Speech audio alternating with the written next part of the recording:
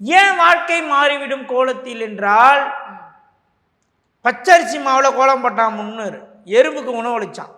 Daily அதன் பேர் கோலம் போடுவதல்ல, 10 பேருக்கு சாப்பாடு போடுறது. புரியுதுங்களா?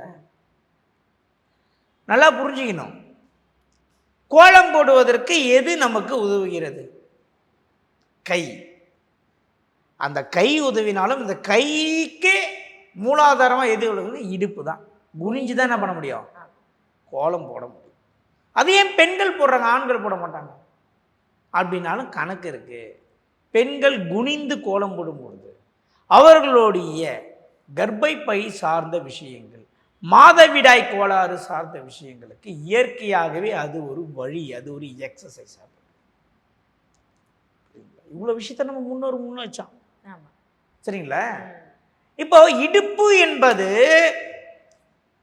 L4, L5, L6 எல்லாமே தென்மேற்கு சார்ந்த விஷயங்களா நம்ம